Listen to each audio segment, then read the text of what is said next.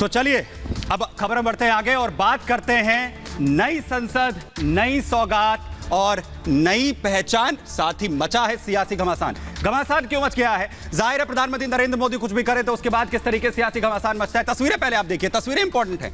ये जो है तस्वीरें आप देख रहे हैं अनावरण की, जो आज प्रधानमंत्री नरेंद्र मोदी की तरफ से अशोक स्तंभ का किया गया। ये अशोक स्तंभ जो है, इसकी प्रतिमा जो है वो नए संसद भवन के रूफटॉप पर लगाई गई है और इसी का आज अनावरण जो है वो प्रधानमंत्री नरेंद्र मोदी की तरफ से किया गया। ये देखिए बहुत कुछ है इसकी तस्वीरों में। इन तस्वीरों के अंदर जिस तरीके से आप देख सकते हैं कौन कौन यहां पर मौजूद रहा। इसमें राज्यसभा स्पीकर मौजूद रहे, मंत्री हरदीप पुरी जो है वो इसमें मौजूद थे। इसके अलावा ओम बिरला जो है वो यहां पर इसमें मौजूद थे जब ये पूरा कार्यक्रम हुआ। साथ ही साथ इसकी क्या कुछ खासियत है, इस पर जोर देने की जरूरत है। पहले आप ये समझ लीजिए कि आखिर क्या कुछ जो है इसमें खासियत रही है, वो हम आपको यहां पर जो है बताते हैं कि आखिर क्या कुछ खासियत है यहां पर इसकी है।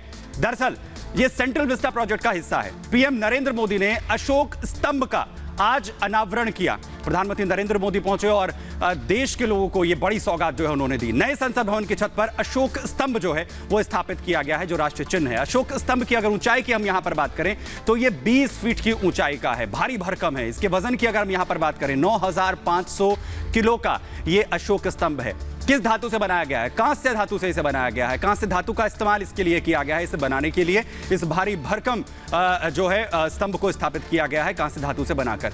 2000 से ज्यादा कर्मचारियों ने मिलकर इस कांस्य से बनी हुई प्रतिमा को बनाया है, अशोक स्तंभ को बनाया है। 8 चरण की प्रतिमा जो है प्रक्रिया जो है वो इसके लिए हुई है। 8 चरण लगे हैं तब जाकर इसे पूरा किया गया है। लोकसभा अध्यक्ष ओम बिरला भी इस कार्यक्रम के दौरान मौजूद रहे। प्रधानमंत्री नरेंद्र मोदी ने इसका अनावरण किया, पूजा अर्चना की और इसमें जो है खुद ओम बिरला मौजूद रहे। अशोक स्तंभ जो है वो भारत का राष्ट्रीय प्रतीक है, राष्ट्रीय चिन्ह है। अक्सर आप नोटों पर इसे देखते हैं, तमाम जो सरकारी दस्तावेज होते हैं उस पर देखते हैं। सम्राट अशोक ने इस सिंह स्तंभ को बनाया था और वहीं से इसे लिया गया राष्ट्रीय चिन्ह के तौर पर। सिंह स्तंभ सारनाथ के संग्रहालय में सुरक्षित है, वहां पर इसे सुरक्षित रखा गया है। अशोक स्तंभ में मूल रूप से 4 सिंह हैं। आपको 3 दिखते हैं लेकिन अगर आप इसको पूरा देखेंगे तो उसमें 4 सिंह हैं जिनको अपनी कमर की तरफ से लगे हुए हैं। अशोक स्तंभ में मूल रूप से 4 सिंह हैं, जैसा हमने यहां पर बताया।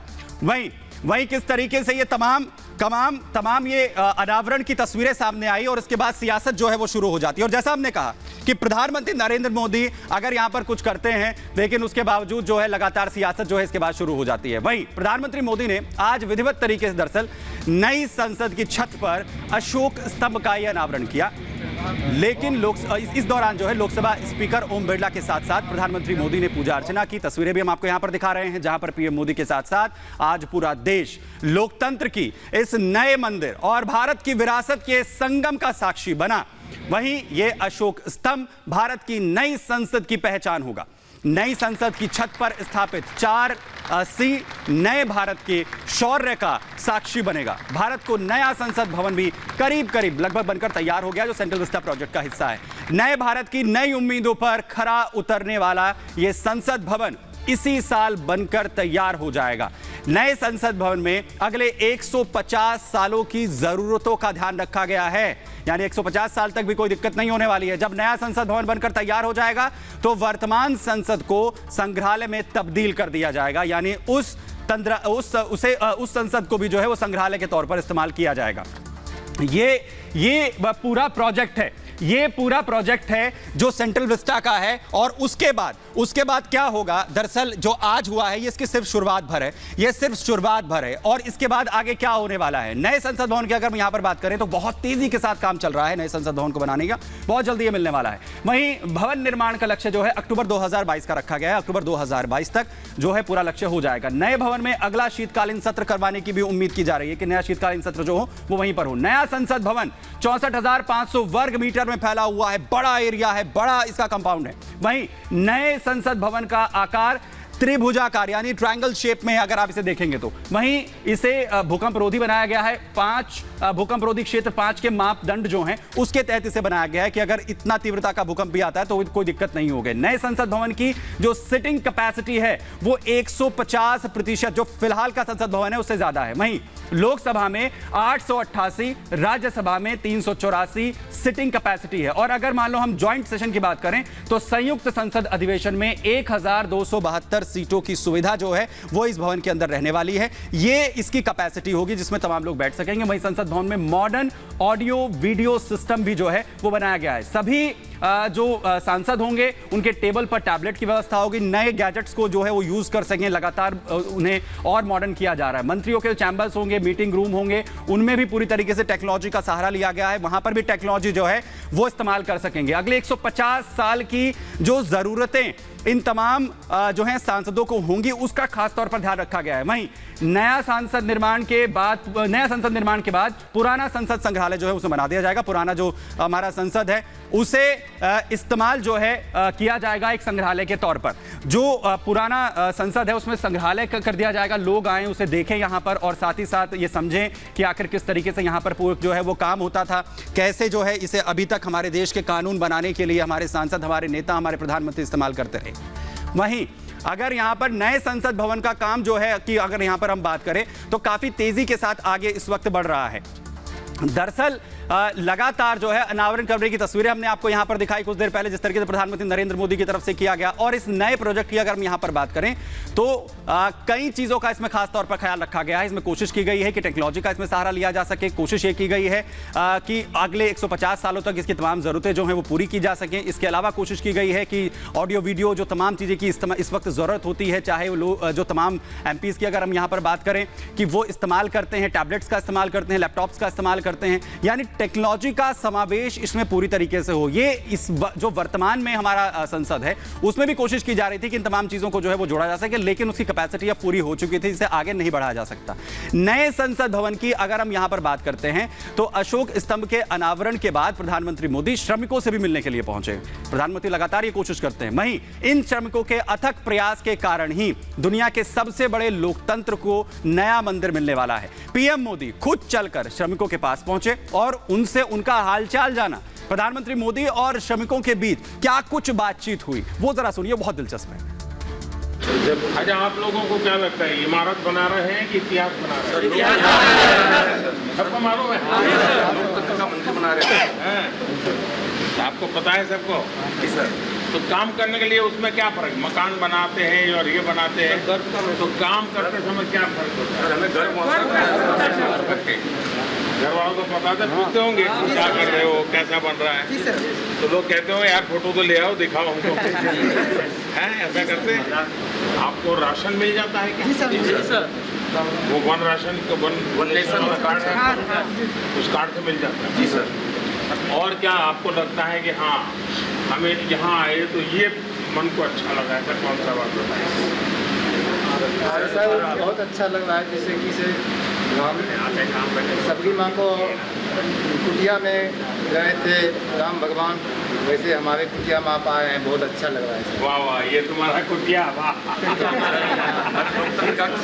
मंदिर है सर, देश के हर गरीब को भी लगना चाहिए उसका कुटिया है।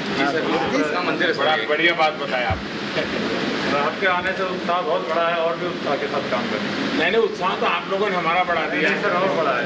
आप लोगों ने समय पे काम किया है सर, हमें गर्व है इस प्रोजेक्ट पे काम करना सर। तो आप में तो किसी को कोरोना वोरोना की दिक्कत नहीं है? सब नियमों का पालन किया सर। अच्छा, वैक्सीनेशन हो गया सब? दोनों डोज हो गए?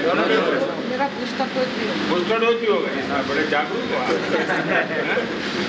चलिए, मेरी आपको, आपके परिवार वालों को बहुत शुभकामनाएं, क्योंकि आप एक प्रकार से सिर्फ ईंट माटी पत्थर का काम नहीं कर रहे, आप देश के गौरव को एक बहुत बड़ी भेंट सौगात देने वाले हैं। जी सर, बड़ा मैंने आपको गर्व होना चाहिए। जी सर, होता है। चलिए, बहुत शुभकामनाएं, आपकी मेहनत रंग लाएगी। तो देखा आपने प्रधानमंत्री नरेंद्र मोदी किस तरीके से आत्मीयता के साथ जो है इन तमाम लेबर से, क्योंकि इन्हीं के अथक प्रयास से असंभव हो पा रहा है। लेकिन सियासत कैसे शुरू हो जाती है, देखिए तस्वीरें हम आपको दिखाते हैं। एक तरफ प्रधानमंत्री नरेंद्र मोदी हैं, एक बड़ी सौगात जो है वो देश को दी है जिस पर अभिमान किया जा सके, गर्व किया जा सके, और दूसरी तरफ ओवैसी यहां पर भी हैं। ओवैसी सियासत में माहिर हैं पूरी तरीके से। ओवैसी जो है लगातार यहां पर आ जाते हैं सामने और लगातार जो है ओवैसी किस तरीके से सवाल उठा रहे हैं सियासत, क्योंकि लगातार ओवैसी करते हैं, लगातार इस पर सवाल उठाए जाते हैं। ओवैसी की तरफ से क्या कुछ कहा जा रहा है वो आपको जरा यहां पर दिखाते हैं। ओवैसी यहां पर क्या कह रहे हैं? ओवैसी कह रहे हैं संविधान ने संसद, सरकार और न्यायपालिका को अलग अलग शक्तियां दी हैं। सरकार का जो प्रमुख है सरकार का प्रमुख होने के नाते पीएम को संसद की छत पर बने हुए राष्ट्रीय प्रतीक का अनावरण नहीं करना चाहिए था। प्रधानमंत्री ने किया तो गलत किया। क्यों कह रहे हैं? लोकसभा स्पीकर संसद के सदन का नेतृत्व करते हैं, जो कि सरकार के अधीन नहीं है। यानी वो कह रहे हैं कि यह अधिकार जो है वो लोकसभा स्पीकर को दिया जाना चाहिए था। प्रधानमंत्री कार्यालय सभी संवैधानिक नियमों का उल्लंघन कर रहा है, यह भी ओवैसी की तरफ से यहां पर कहा गया। यानी कि क्या कुछ जो है ओवैसी कहते हैं कि आप संवैधानिक प्रक्रियाओं का पालन जो है वो नहीं कर रहे हैं, लेकिन बीजेपी भी जवाब यहां पर दे रही है। सुधांशु त्रिवेदी की तरफ से क्या कुछ कहा गया वो आपको सुनवाते हैं। उनके लिए तो ये है कि वो तो एक परमानेंट परपीचुअल परेशानी की मुद्रा में रहते हैं, उनको किस चीज़ से प्रॉब्लम नहीं है। तो उनके लिए तो मुझे वो लाइन याद आती है कि जैसे हम लोगों के यहाँ माना जाता है ना, धन्वंतरी वैद्य हैं जिनके पास सारा वो है, वैसे ये माना जाता है वहाँ की एक हकीम लुकमान है, उनके पास हर मर्ज की दवा है मगर वहम की दवा नहीं है। तो मैं ओवैसी जी के लिए ये कहना चाहूँगा कि इसमें क्या रखा है देखे है जो तू आन के पास, बदगुमा वहम की दारू नहीं लुकमान के पास। आपको तो हर चीज़ में यही नज़र आता है। तो निरंतर नकारात्मक दृष्टिकोण से प्रेरित अपनी मजलिस बनाए रखने के लिए और चलाए रखने के लिए वो सदा सर्वदा देश के राजनैतिक, नैतिक, सामाजिक, सांस्कृतिक, संवैधानिक मूल्यों पर आक्रमण करते रहते हैं। वो आदतन और फितरतन करते हैं। यानी बीजेपी की तरफ से कहा जा रहा है कि ओवैसी की आदत है, वो लगातार करते रहते हैं इस तरीके की चीजें। लेकिन इसमें सिर्फ ओवैसी ही नहीं है विरोध करने में, सीपीआईएम की तरफ से क्या जो कुछ कहा गया है, ट्वीट किया गया है सीपीआईएम की तरफ से, वो हम आपको यहां पर बताते हैं। दरअसल यहां पर सीपीआईएम की तरफ से कहा गया है कि अशोक चिन्ह के अनावरण को किसी धार्मिक कार्यक्रम से नहीं जोड़ना चाहिए। वहीं उन्होंने कहा कि कम्युनिस्ट पार्टी ऑफ इंडिया कहती है कि आप इसे किसी धार्मिक कार्यक्रम से जो है वो नहीं जोड़ सकते हैं। यानी यह भी धार्मिक कार्यक्रम जो है वो सीपीआईएम को नजर आता है। इतना ही नहीं है, लगातार, क्योंकि जाहिर है सियासत शुरू हो गई है, ओवैसी बोल रहे हैं, सीपीआईएम बोल रही है, तो कैसे रिएक्शन सामने आ रहे हैं वो भी देखना दिलचस्प है। जरा वो भी सुनिए। पहले असदुद्दीन ओवैसी साहब ये बता दे कि उन्होंने जो तमाम आरोप, झूठे आरोप उनकी पार्टी ने और उनकी विचारधारा रखने वाली पार्टियों ने नए संसद भवन को लेकर लगाए थे और जिसको लेकर कोर्ट भी कई लोग गए थे और जिस प्रकार की नकारात्मक राजनीति की थी और इसका विरोध किया था, पहले तो ये बताया कि क्या वो नए संसद भवन का स्वागत करते हैं या आप भी उसका विरोध करते हैं? देखिए, ओवैसी जी की ट्वीट पर या टिप्पणी पर टिप्पणी करना अपने समय बर्बादी है। वो तो बिना किसी बात के बातें करते हैं। अब वो कैसे बैरिस्टर बन गया मुझे नहीं मालूम, परंतु तथ्यहीन बातें करना उनकी आदत है। उनकी बातों पर बहुत ज़्यादा गंभीरता से लेना मुझे लगता है अपना समय खराब करना।